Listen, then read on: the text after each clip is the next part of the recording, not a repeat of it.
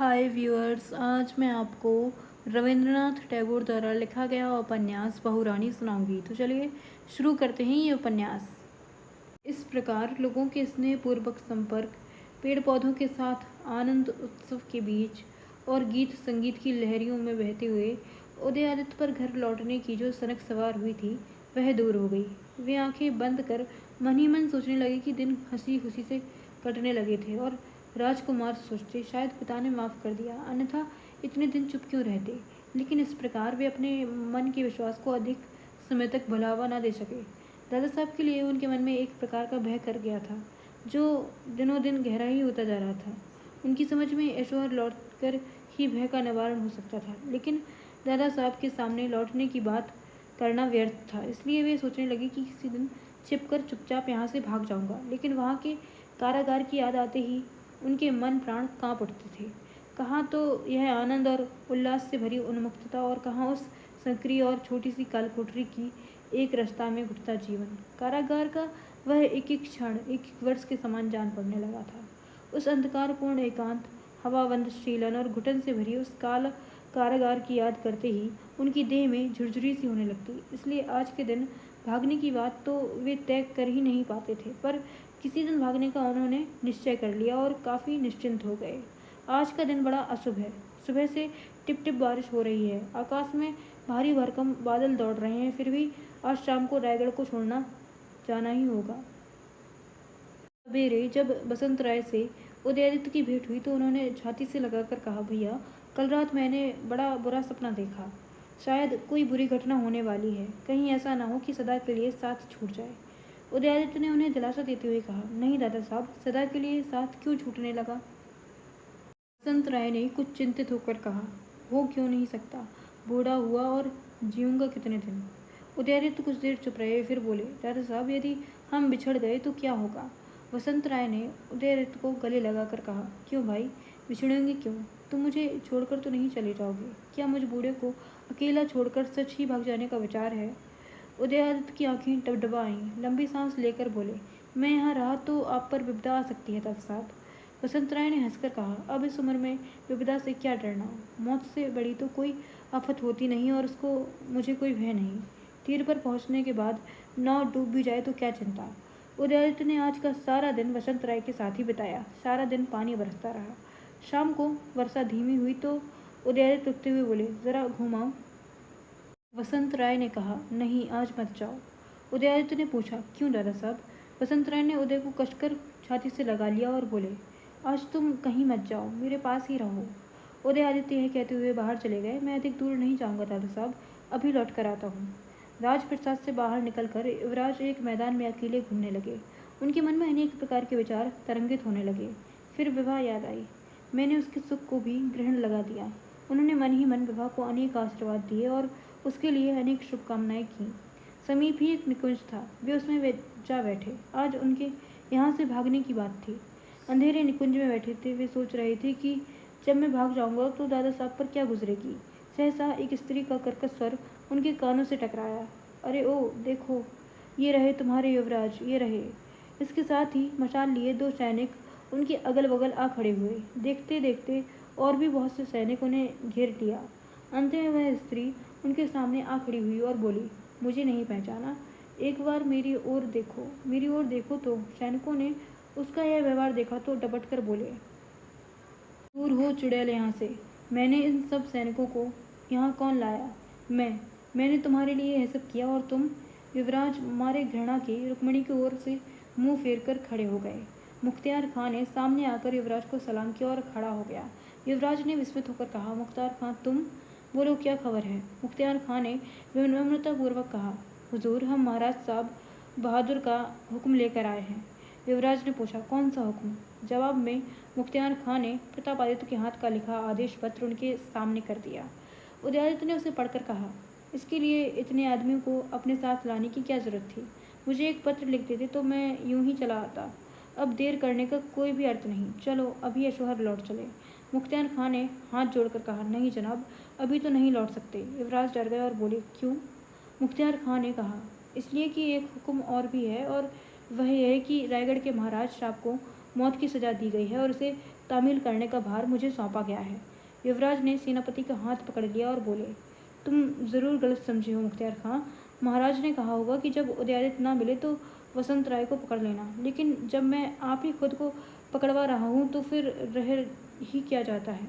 मुझे पकड़कर बंदी बनाकर अभी ले चलो, ज़रा भी देर मत करो। मुख्तियार खां ने कहा, नहीं साहब, मैंने बिल्कुल गलत नहीं समझा। खुद महाराज साहब ने साफ साफ हुक्म फरमाया है। युवराज ने कहा, नहीं, तुमने ज़रूर गलत समझा है। महाराज का यह मतलब कभी नहीं हो सकता। अच्छा, एक काम करो, मुझे ऐश्वर्य ले चलो, मैं महाराज से पूछवाए देता हूँ। यदि दोबारा भी ऐसा ही आदेश प्रदान करें तो तुम अवश्य उसका पालन करना। मुख्तियार खां हाथ जोड़कर बोला, जी नहीं, माफ़ कीजिए, मैं ऐसा हरगिज़ नहीं कर सकता।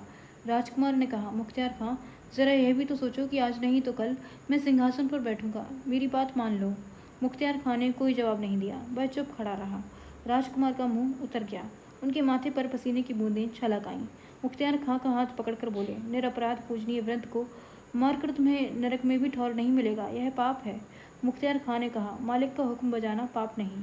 अब उदयादित्य को तेज आ गया और वे उग्र होकर बोले, अच्छी बात है, तुम मुझे छोड़ दो और रायगढ़ के किले तक जाने दो। तुम अपनी सेना लेकर वहां आओ, मैं तुमसे युद्ध करूंगा। लड़ाई में जीतकर ही तुम इस आदेश का पालन कर सकोगे।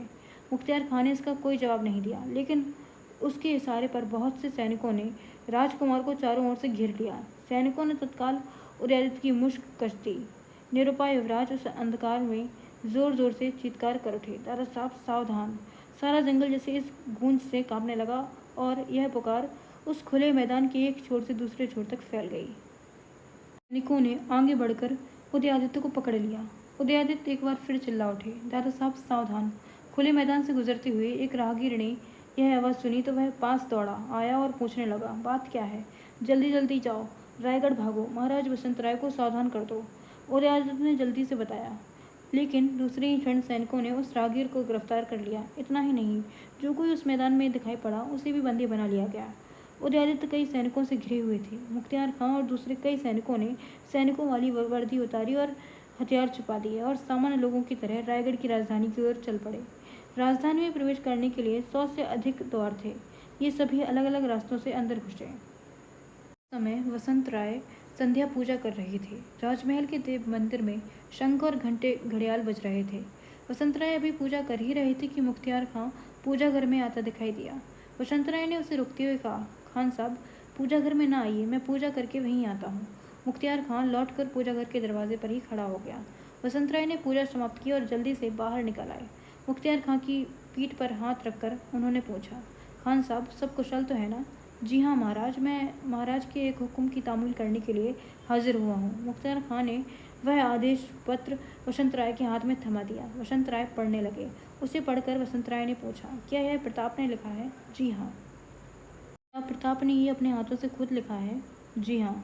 तब वसंत राय रो उठे और बोले, खान साहब, मैंने प्रताप को पाल पोस कर बड़ा किया है। जब वह छोटा सा था मैं उसे गोद में उठाए फिरता था। वह मुझे एक क्षण के लिए भी नहीं छोड़ता था। जब वह बड़ा हो गया तो मैंने उसकी शादी की, उसे सिंहासन पर बिठाया, उसके बच्चों को गोद खिलाया। आज उस प्रताप ने अपने हाथों यह आदेश लिखा है खान साहब। वसंत राय ने फिर पूछा, उदय कहाँ है? मुख्तियार खां ने जवाब दिया, वे कैद हो गए। उन्हें फैसले के लिए महाराज के पास भेज दिया गया है। वसंत राय बोल उठे, उदय कैद हो गए? क्या मैं उनसे एक बार मिल सकता हूँ? जी नहीं, हुक्म नहीं है। वसंत राय ने मुख्तार खां का हाथ पकड़कर कहा, मुझे एक बार, सिर्फ एक बार नहीं मिला सकते खान साहब? मुख्तियार खां ने कहा, मजबूरी है जनाब, मैं तो केवल हुक्म बजाने वाला नौकर हूँ। वसंत राय ने लंबी सांस लेकर कहा, अच्छी बात है खान साहब, आदेश का पालन कीजिए। मुख्तियार खां ने सलाम करते हुए कहा, मुझे माफ़ फरमाए, मैं तो मालिक का हुक्म बजा रहा हूँ, मेरा कोई गुनाह नहीं। वसंत राय ने कहा, जी नहीं, आपका कोई दोष नहीं। प्रताप को मैं आशीर्वाद दिए जाता हूँ। उससे कह दीजिएगा कि मरते समय भी मेरे मन में उसके प्रति कोई रोष नहीं था। उदय का भार मैं अब आपको ही सौंपता हूँ। वह निरपराध है, उसे और कष्ट न दीजिए। यह कहकर वसंत राय अपने इष्ट देवता की मूर्ति के आगे आंखें मूंद कर बैठ गए और माला जपते हुए बोले, आइए खान साहब, अपना काम पूरा कीजिए। मुख्तियार खां ने पुकारा, अब्दुल। अब्दुल हाथ में नंगी तलवार लिए आया। मुख्तार खां मुंह फेर कर चला गया। थोड़ी देर बाद अब्दुल रक्त रंजित तलवार लिए पूजा घर से बाहर निकला तो अंदर चारों ओर खून बह रहा था। मुख्तियार खां लौट आया था। रायगढ़ में ही अपने अधिकांश सैनिकों को छोड़कर वह तत्काल यशोहर लौटा। यहाँ आने में 2 दिन लग गए, लेकिन इन 2 दिनों में उदयादित्य ने खाने पीने की किसी भी सामग्री को हाथ तक नहीं लगाया। उन्होंने किसी से बात तक नहीं की। वह चुप्पी साधे कुछ सोचते रहे, पत्थर की तरह खामोश और स्थिर। उनकी आंखों में नींद नहीं, पलकें नहीं झपकती, आंसू नहीं झिलमिलाते और ना ही कुछ सूझता। आदित्य केवल बैठे बैठे कुछ सोचते रहते। नाव पर सवार हुए तो छपरी से अपना मुंह निकालकर जल प्रवाह की ओर देखते रहते। नाव चलती रहती तो पानी काटते चप्पू की झपझप आवाज़ सुनते रहते। नदी की लहरों का कल्लोल कानों को सुनाई पड़ता, लेकिन अब यह सुनकर भी उन्हें सब कुछ अनसुना ही सा लगता। कुछ भी साफ साफ दिखाई नहीं पड़ता, बस हर घड़ी कुछ सोचते ही रहते। रात हो गई, आकाश में तारे चमकने लगे। मल्लाहों ने नाव को किनारे लाकर बांध दिया और सब उसी पर सो गए। अब केवल पानी की आवाज़ सुनाई देती थी। छोटी छोटी लहरें आती और नाव से टकरा टकरा कर लौट जाती। युवराज टकटकी लगाए सामने दूर दूर तक फैली चमकीली बालू का राशि को एकटक देखते रहे और सोचते रहे। नाव चलती रही। किनारे पर खड़े पेड़ पौधे आंखों के ऊपर तैरते बादलों की तरह दिखाई पड़ते और फिर विदा हो जाते। उनकी आंखों से आंसू की सहस्रधारा भी बहने लगी। मुख्तियार खां देर तक यह सब देखने के बाद समय जानकर बड़े भारी दिल से युवराज के पास आ बैठा और विनम्रता से बोला, आप क्या सोच रहे हैं युवराज? युवराज चौंक पड़े और फिर काफ़ी देर तक मुख्तियार खां की ओर देखते रहे। खान का चेहरा पसीजा हुआ था। उनके रुधे हुए गले से अचानक फूट पड़ा, मैं सोच रहा हूँ कि धरती पर जन्म लेकर मैंने आखिर किया क्या है? मेरी वजह से सारा कुछ बिखर गया। हे भगवान, जो कमज़ोर है वे इस धरती पर पैदा ही क्यों होते हैं? जो अपने पैरों पर इसे ज़मीन पर खड़ी नहीं हो सकते, जो कदम कदम पर दूसरों का सहारा चाहते हैं, उनके जिंदा रहने से इस धरती का भला क्या उपकार होता है? सहारे के लिए वे जिन्हें थामते हैं उन्हें ही वे डुबो देते हैं। वे संसार के हर काम में रुकावट खड़ी करते हैं। मैं ठहरा एक कमज़ोर और डरपोक आदमी, लेकिन ईश्वर ने मुझे ही बचाए रखा। और जो संसार के लिए खुशी थी, जिन पर सभी भरोसा करते थे, मेरे लिए उनकी जान ही ले ली, बस अब और नहीं। मैं ऐसी दुनिया छोड़ देना चाहता हूँ। माँ काली, तुम साक्षी रहना। मैं तुम्हारे चरणों की सौगंध खाकर कहता हूँ, मैं जितने दिन भी जीवित रहूँगा यशोहर महाराज के राज्य की तिल भर जमीन भी अपना अधिकार नहीं मानूंगा। मैं यशोहर के सिंहासन पर कभी नहीं बैठूंगा और यहाँ का शासन भार कभी ग्रहण नहीं करूँगा। अगर कभी ऐसा करूँ तो दादा साहब की हत्या का सारा पाप मेरे सिर माथे लगे। कहते कहते उनका शरीर रोमांचित हो उठा। उदयादित्य को बंदी रूप में प्रतापादित्य के सामने पेश किया गया। प्रतापादित्य उन्हें अंतःपुर के कक्ष में ले गए और भीतर से द्वार बंद कर लिया। पिता को अपने सामने पाकर उदयादित्य सिहर उठे। अनिवार्य घृणा से उनकी मांसपेशियां मानो आकुंचित हो उठी। वे पिता के मुख की ओर देख न सके। प्रतापादित्य ने गंभीर होकर कहा, तुम्हें कौन सा दंड दिया जाए? उदयादित्य ने जवाब दिया, जो आप उपयुक्त समझें। प्रतापादित्य ने कहा, तुम हमारे इस राज्य की योग्य नहीं। जी हाँ महाराज, मैं सचमुच अयोग्य हूँ। मुझे आपका यह राज्य नहीं चाहिए। मैं यही भीख मांगता हूँ कि आप मुझे उत्तराधिकार से वंचित कर दें। प्रतापादित्य ने कहा, यह कैसे जाना जाए कि तुम जो कह रहे हो वह सत्य है?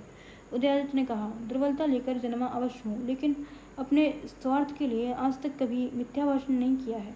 यदि आपको विश्वास ना हो तो मैं माँ काली के चरणों का स्पर्श कर शपथ लूँगा कि आपके राज्य की सुई की नोक के बराबर भूमि भी मुझे नहीं चाहिए। समरादित्य ही आपका उत्तराधिकारी होगा। प्रतापादित्य ने संतुष्ट होकर कहा, तो तुम क्या चाहते हो?